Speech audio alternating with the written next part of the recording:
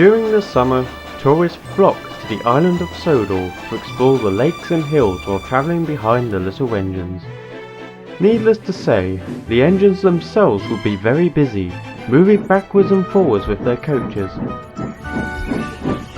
On one particular summer, with so many trains running during the day, any trackside maintenance would have to operate during the night.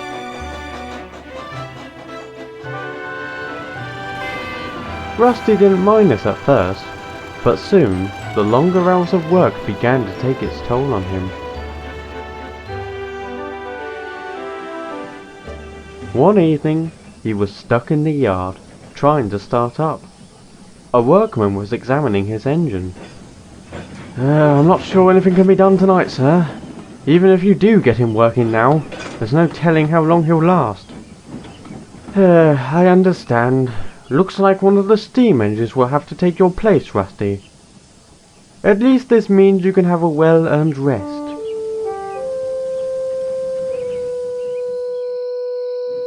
It was unfortunate for Duncan that when the news reached the shed, he was the only one still in steam.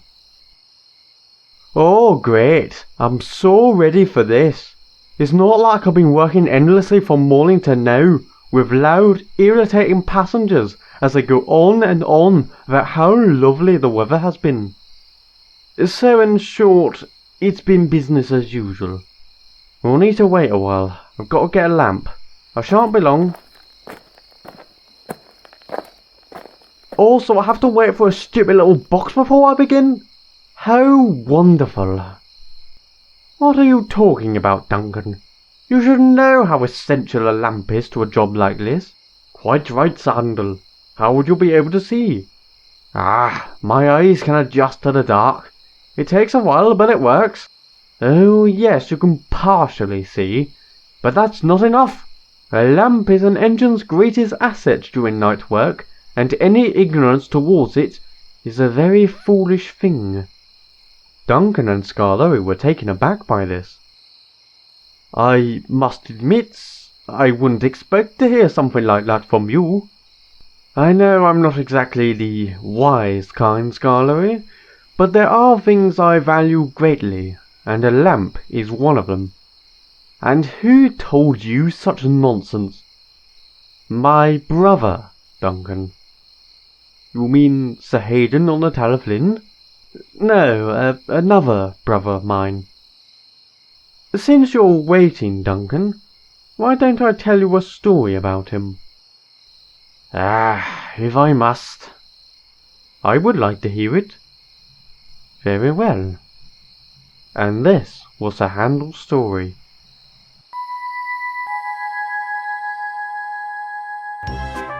Proteus was a little yellow engine who worked on a little railway on the mainland.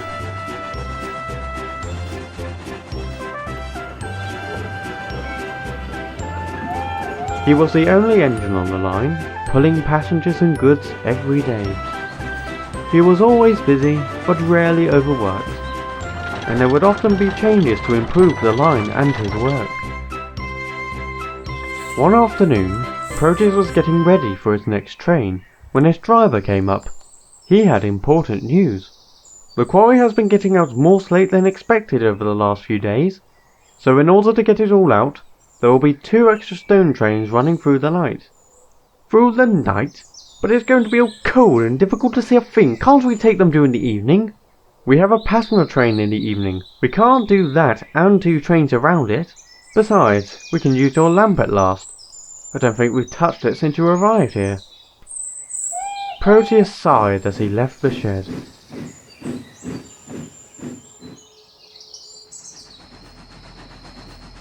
That night, he made his way to the quarry with his empty trucks, grumbling. Since the lamp was hardly maintained, it did not provide a satisfying light. Surely I can't be the only one who thinks this is dangerous. Just relax. Hang on, what's that? It's a person. What would anyone be doing in the dark? As Proteus got closer, he could make out it was a man in a cloak.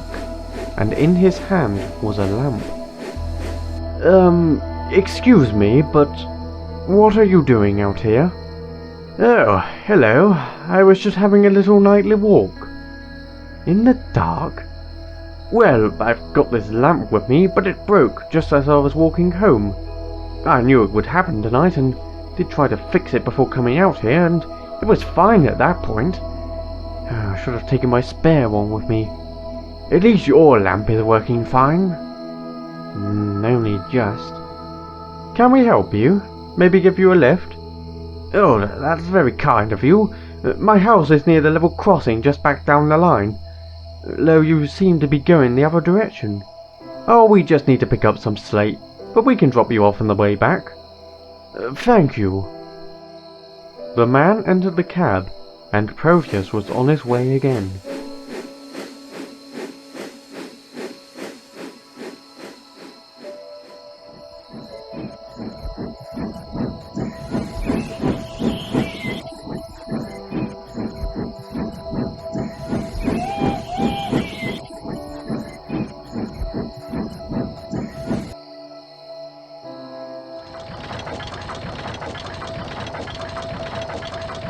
Soon the trucks were loaded, and he began his journey back down to the yards.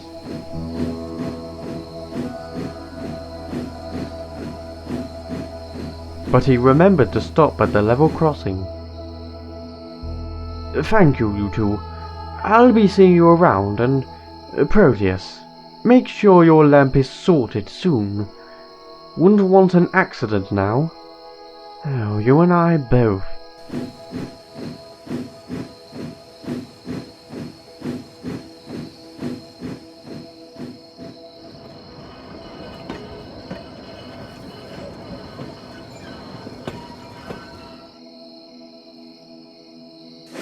Proteus parked his trucks, collected another train, and repeated the journey.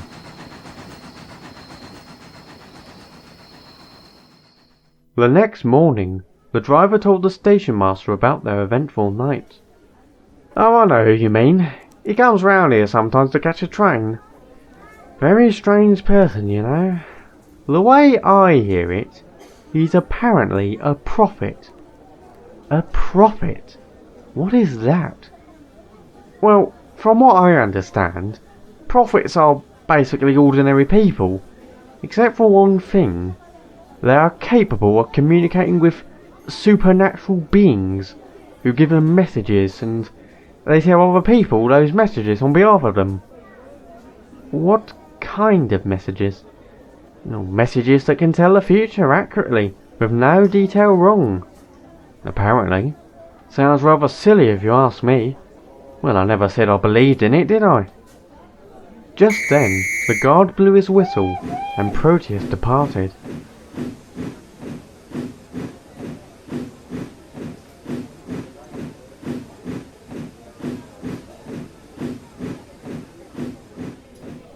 As he puffed along, all that was on his mind was the man and the idea of prophets. Driver is right. It does sound silly. But what if there's some truth to it?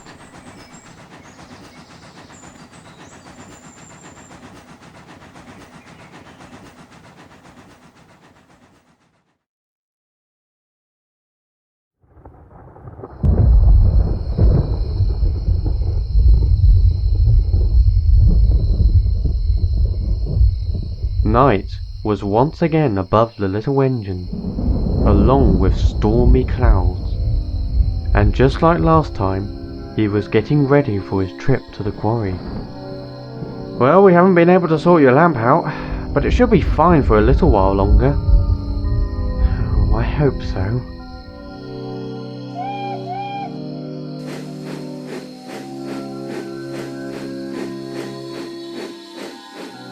The trucks on the little railway were usually fine, but they hated these nighttime runs.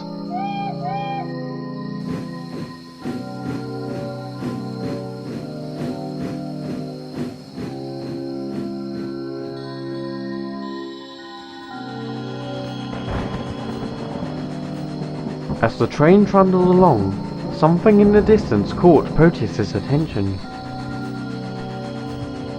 Oh, look, it's that man again. Ah, so it is, and he's got his lamp fixed. Does he have 2 lamps?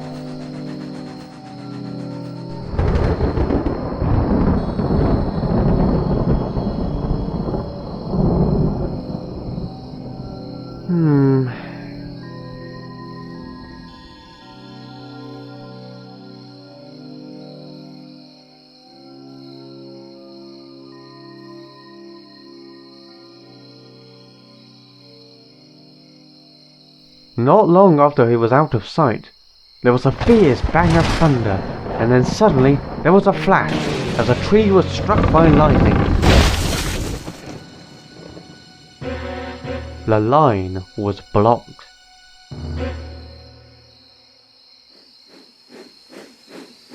Proteus collected the slate once again. As he began to leave, the trucks whispered to each other. They were tired and wanted some fun.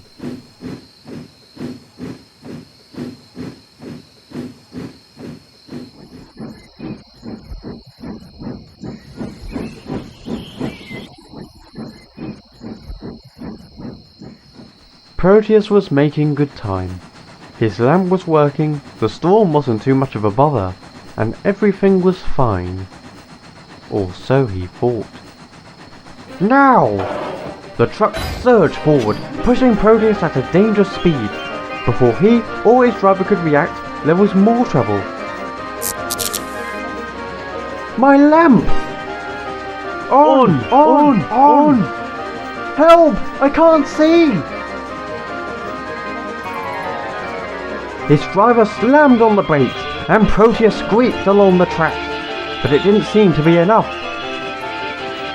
Then, he could see a light by the line. What's that? Never mind that, look ahead!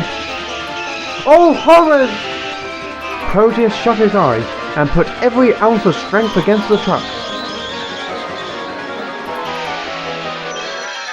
At last, he came to a stop just in time.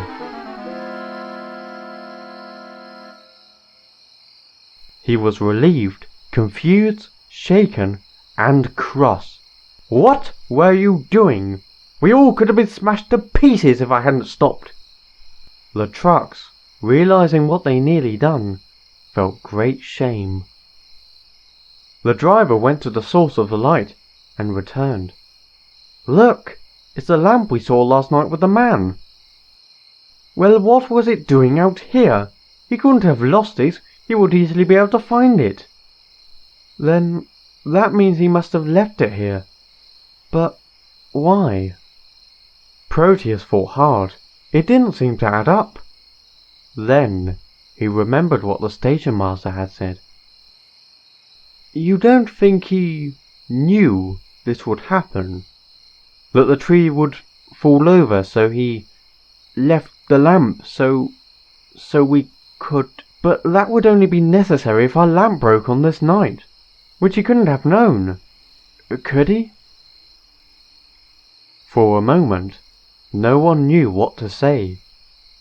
At last, the driver broke the silence. Well, what is certain is that we won't be going to the yard tonight. I'll get a message to the manager about it, but for now, we'll have to stay in the quarry. I hope that man doesn't mind if we borrow this.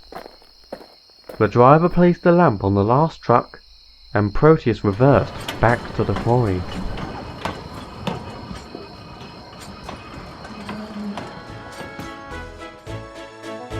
The following morning, workmen came to cut down the fallen tree. It wasn't long until the line was cleared, and Proteus was able to return to the yards.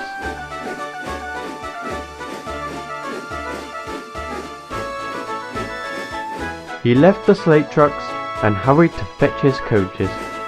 There will be time for a rest later.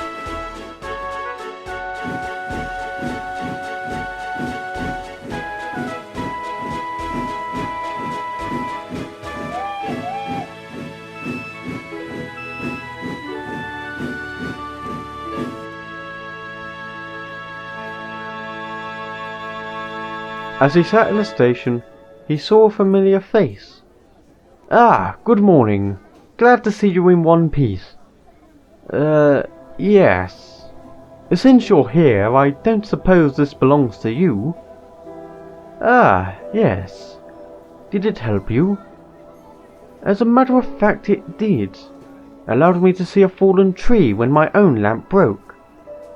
I suppose I owe you a thanks. Oh, think nothing of it. But now that your own lamp is inadequate, what will you do with it? Well, I should have a new one. This one has been nothing but trouble since these night runs began.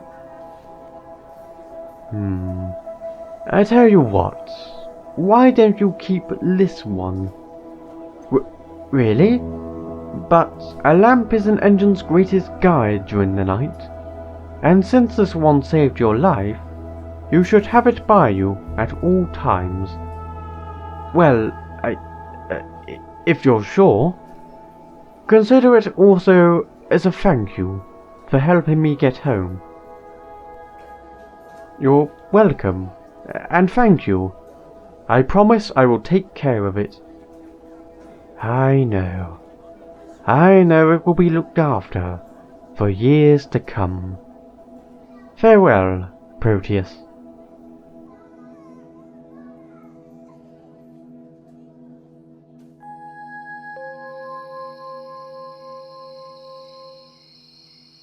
The engines were amazed as the handle finished his story. How did you know of all of this? I used to work on that little railway, before the one with Duke. I came there not long after this whole incident, and Proteus told me everything. That can't all be true, can it? I mean, the whole prophet thing. Well, Proteus was known to share strange stories and even strange advice sometimes. But the point is, Duncan, is that little box, as you call it, was the very thing that saved Proteus when he had no light to guide him. Lamps are simple, and sometimes they may be fussy to use, but they should never be ignored. Do you understand? Aye, I suppose you're right, Sir Handel. Thank you for telling that story. Though I am curious. That railway, is it still there, or did it close? Not exactly. The line is still there, but it's run by a different set of engines. Proteus, well, he's no longer there. Duncan was confused, but before he could ask more, his driver returned. Sorry I was so long, but I was over to find a lamp. I've checked it and it works just fine. Come on, we can begin the maintenance now. Well, I must be off. Good night, you two. And with that, Duncan puffed away into the night.